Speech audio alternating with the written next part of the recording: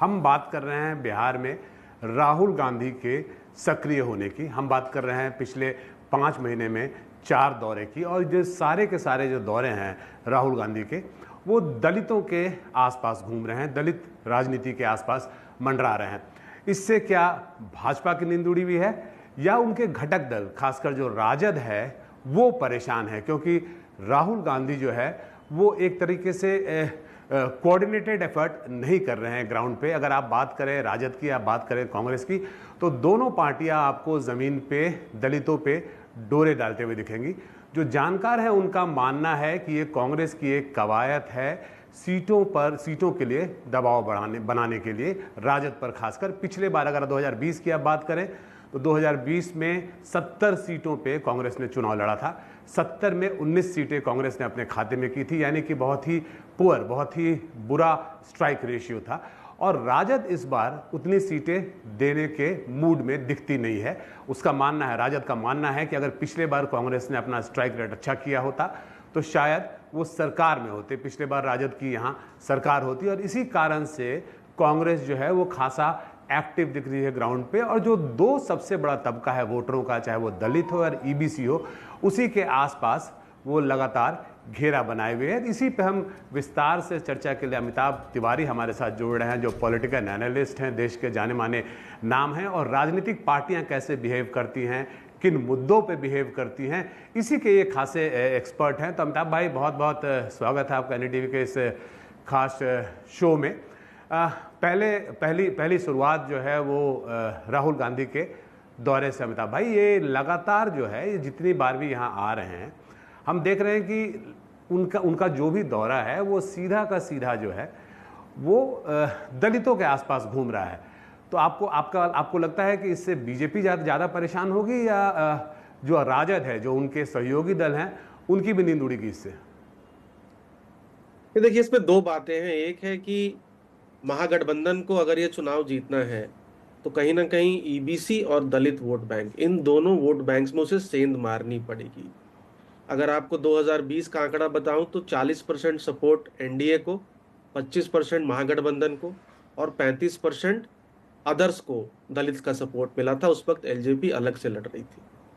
लेकिन 2024 के लोकसभा चुनाव में एनडीए को दुसाध पासी समाज और अदर एससी समाज में 19 और 18% का लॉस झेलना पड़ा था, और वहीं इंडिया ब्लॉक का 28 से 29% इन दोनों समाज में बढ़ा था।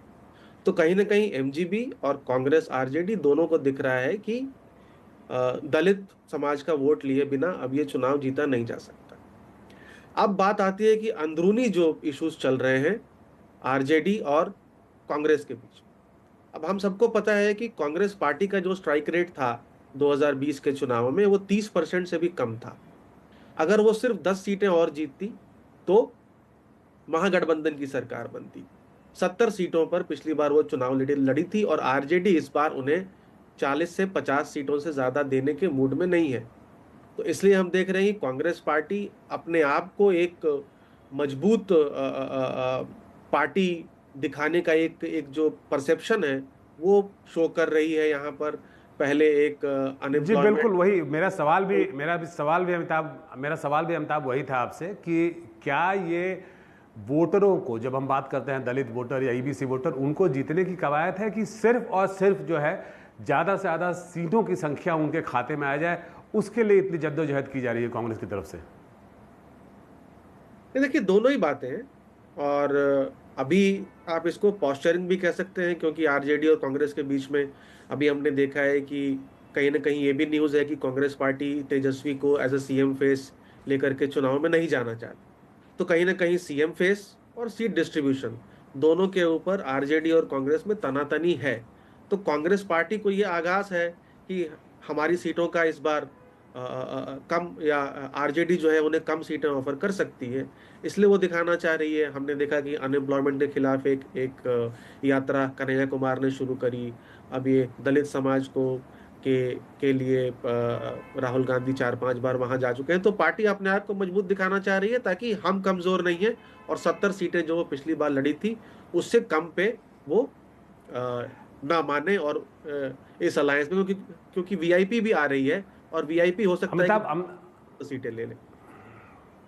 जी बिल्कुल बिल्कुल, वीआईपी भी जो है वो ज़्यादा से ज़्यादा सीटें लेने की कोशिश करेंगे। अमिताभ, एक आखिरी सवाल आपसे, ये जो ईबीसी और दलित वोटों की जो कवायद है जिसमें दोनों ही खेमे लगे हुए हैं, और हमने देखा भी कि लोकसभा में कैसे उन्होंने संख्या बल को इधर से उधर कर दिया, जो संख्या थी वो एनडीए और इंडिया अलायंस की संख्या को इन्होंने शिफ्ट कर दिया ईबीसी और जो दलित वोटर्स हैं।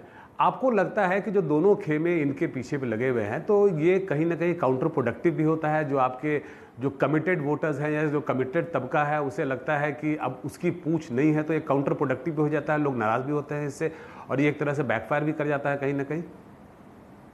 अब देखिए, अगर महागठबंधन की बात करें तो उनका कोर वोट मुस्लिम यादव समाज वोट है। अब मुस्लिम समाज वोट मोस्टली एमजीबी के साथ है, उसमें उतना काउंटर प्रोडक्टिव हो नहीं सकता है। हाँ, यादव समाज और ईबीसी के बीच एक तनातनी वहाँ एक सोसाइटी में है, तो अगर आप ज़्यादा ईबीसी समाज का वोट लेने की कोशिश करेंगे तो हो सकता है कि यादव समाज का वोट आपसे छिड़क सकता है।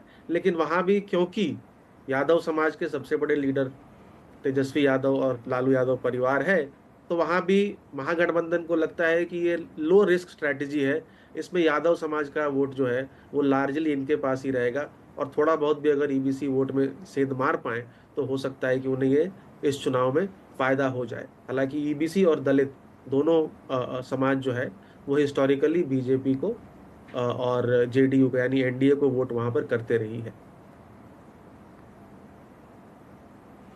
जी चलिए अमिताभ, बहुत बहुत धन्यवाद। तो कुल मिलाकर जो आपको कवायद दिख रही है, चाहे वो आप बात करें राहुल गांधी की या बात करें प्रधानमंत्री नरेंद्र मोदी की, और या बीजेपी के और भी जो बड़े नेता हैं जिनका लगातार बिहार में दौरा हो रहा है, तो आप देखेंगे कि जो उनकी जो एफर्ट है, उनकी जो कवायद है, वो दलित और ईबीसी वोटरों के पीछे है, ज़्यादा से ज़्यादा उनको अपने खेमे में करने की। क्योंकि पिछले लोकसभा चुनाव में हमने देखा कि कैसे उन लोगों ने संख्या बल जो है लोकसभा की, जहाँ तक बिहार की बात करें तो संख्या बल को इधर से उधर कर दिया।